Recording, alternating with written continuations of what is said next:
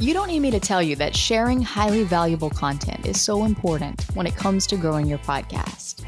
We all know it. But if every time you sit down to write an episode, you feel like you just want to bang your head on the keyboard or maybe spill coffee strategically all over your laptop so you can claim that, hey, that's the reason why I don't have a new episode this week, I know the feeling. And in today's episode, I'm going to teach you what to do when you have podcaster's block and how to overcome it. Welcome to Insider Secrets to a Top 100 podcast. I'm your host, Courtney Elmer. Let's make your business binge-worthy.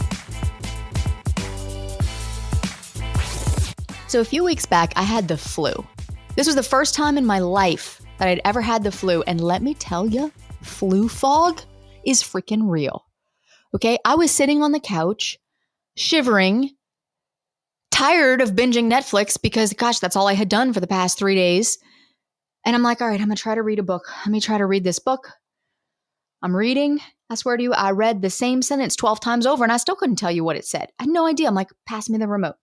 And I'm texting my editor and I'm like, I know we have an episode that needs to go out on Tuesday, but guess what? Your girl has the flu and I don't have anything batched. And he's like, okay, keep me posted. Fingers crossed for you. You know, it's like, what do you do in those situations? And I am a type A overachiever. So I love having everything scheduled and everything planned and everything batched. And look, for the first couple of years of my podcast, ask my editor, we were batched months in advance, sometimes up to 4 months in advance. People would look at me when I would tell them that. And they'd be like, what? Are you crazy? How do you batch 4 months worth of episodes at a time? I'm like, oh, I just love batching. It's just so much fun. And then, you know, life kicks in and I went through a really busy season in my business these past 12 months, which is great. We've grown a lot and I'm so blessed and grateful and happy about the growth. But also, oh my gosh, it has caused all of my systems and all of the things that I relied on so heavily for so many years to completely fall to the wayside. And if you know me, you know I'm a systems girl. So then you can imagine that when the systems girl doesn't actually have systems in place because the growth has been so exponential that all the systems have broken and now you have to rebuild the systems, well, it's enough to make you want to just pull your hair out. And that was me. And on top of it, I had the flu. So here I am with 0 episodes in the tank, with the flu, unable to even read a sentence on a piece of paper, much less prepare an episode to deliver and share, you know, some insightful knowledge with you guys about podcasting. My editor is just like on standby. Okay, Courtney, let me know what you want to do. It is the worst feeling in the world. And, you know, being batched, I'm always a fan of that because it allows you to take time off.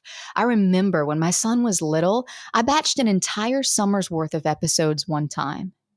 And it was the most beautiful thing in my business ever. Because when he was home from school for the summer, I didn't have to think about the podcast. I didn't have to worry about where am I going to find quiet time to record this while my 4-year-old is running around screaming.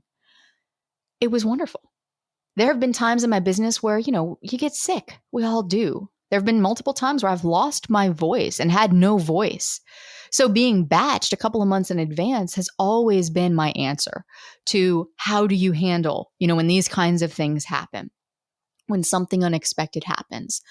But as it was, here I am in a situation where I had nothing batched.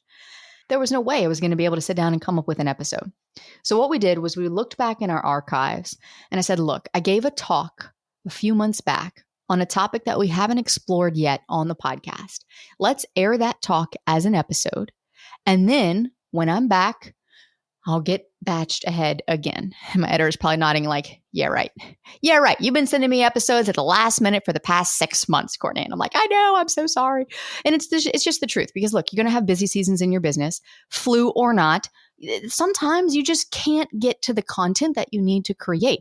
Other times you might not be in the mood to create content. Maybe you're more tired that week for whatever reason, or maybe something's going on in your personal life that's on your mind. But for whatever reason, you've got staring at the blank cursor syndrome and creating an episode feels hard.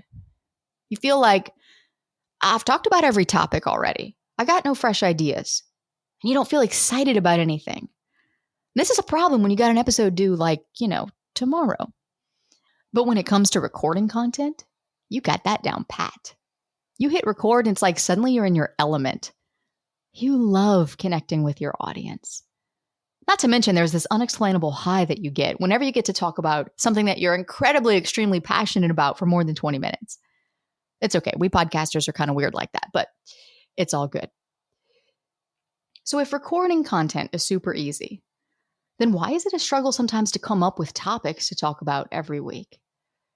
Because no matter when you started your podcast, chances are you started it because you really, really love whatever you started your show to talk about in the first place. But for some unknown reason, actually talking about that topic every week sometimes gets kind of, well, a little bit boring. Okay, I said it. Boring. Boring. It gets boring. It gets really boring. And you're like, how am I going to create this content? I just don't know. I don't want to talk about it anymore. Stop talking to me about the topic that I'm supposed to be passionate about because I'm just so bored with it. Okay, I'm exaggerating. But look, we got to talk about this elephant in the room, friend. You know, it's so easy for us to assume that top podcasters never get bored of content. They never get bored with what they talk about. They always sound so excited. How many times have you heard Amy Porterfield talk about launching a digital course? And doesn't she just sound so perky and so excited to be talking about it every time she talks about it? Oh my gosh, let me tell you, she has talked about it enough times to be sick and tired of it. I promise you. I know it might sound crazy, but here's the deal. To become a successful podcast host, you've got to expect to get bored with your content. You got to come to expect it. Every top 100 host gets bored with their content. How many times has Andrew Huberman talked about getting better sleep and how to optimize your sleep? But here's the thing. Just because you're a bit meh about it doesn't mean that someone listening isn't hanging on your every word. What maybe feels a little bit stale to you, I guarantee you, is invaluable to the person who's hearing it for the first time. This is the curse of the expert, because the more of an expert that you become, the more expertise that you gain, the more stale the content is going to feel because you've heard it 100 times. You've lived it 100 times. You know it inside and out. So what I want you to do for a second is I want you to think back to when you first heard what you know so much about. Was it not amazing for you? Was it not mind-blowing for you? The first time that I thought that I could possibly become a podcast host and have a successful podcast, there was this energy within me. There was this excitement within me. There's no way to explain it. It was just a feeling that I had.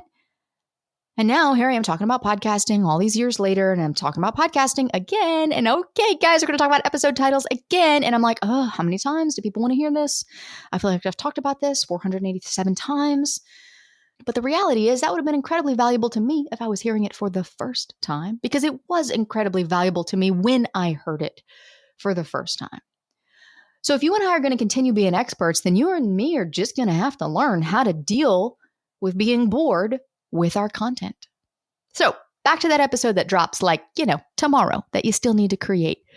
My best advice to you is to remember who that content is actually for. Because while you might be thinking, oh my gosh, how many times can I talk about XYZ topic? Your listener is yearning to hear that. That's what they need to hear. So as podcast hosts and hosts to be, you got to remind yourself of this truth. Your podcast is not for you.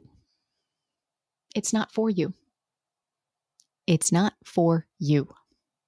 Your podcast is for the person who's hearing it for the first time or for the 10th time, because guess what? They keep coming back for a reason. My podcast is for the person who sent us an email last week and says she lives for Tuesday mornings because she can't wait for the latest episode to drop.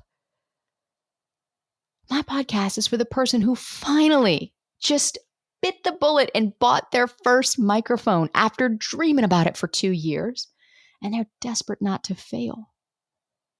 This show is for the person who's been podcasting for a year or more, but is still struggling to cross that first download milestone beyond 1,000 downloads per episode.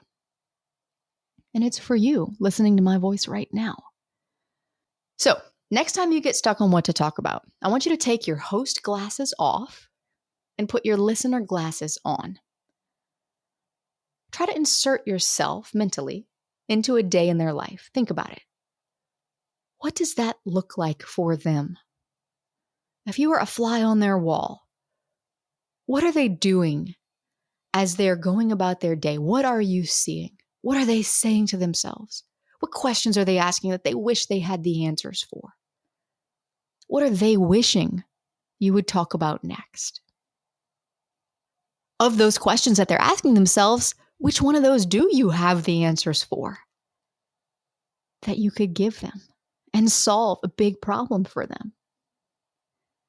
And what mistakes are they making right now that you see them making that you can help them avoid? Are you a nutrition coach?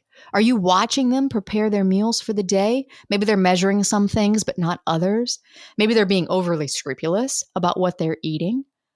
I guarantee you there's some mistakes they're making right now that you can help them fix because they probably don't even know that those are mistakes. And by simply pointing that out to them, you're going to become incredibly valuable in their eyes. You're going to become, and they will see you as that valuable expert, that expert guide who can take them where they want to go. These 3 questions have always helped me get over podcaster's block, flu aside. But these are very quick and easy questions that you can answer right now to get back into creation mode. Anytime that content creation is feeling a bit sludgy or a bit stagnant or a bit like, more content. I don't want to do it. But these questions will help get you excited about the content you're creating because guess what? That's going to come through your voice. It's going to come through your energy. It's going to connect with that listener on the other side of those headphones. And they're going to start to see you more and more as that go-to expert and that leader and that guide who can help them.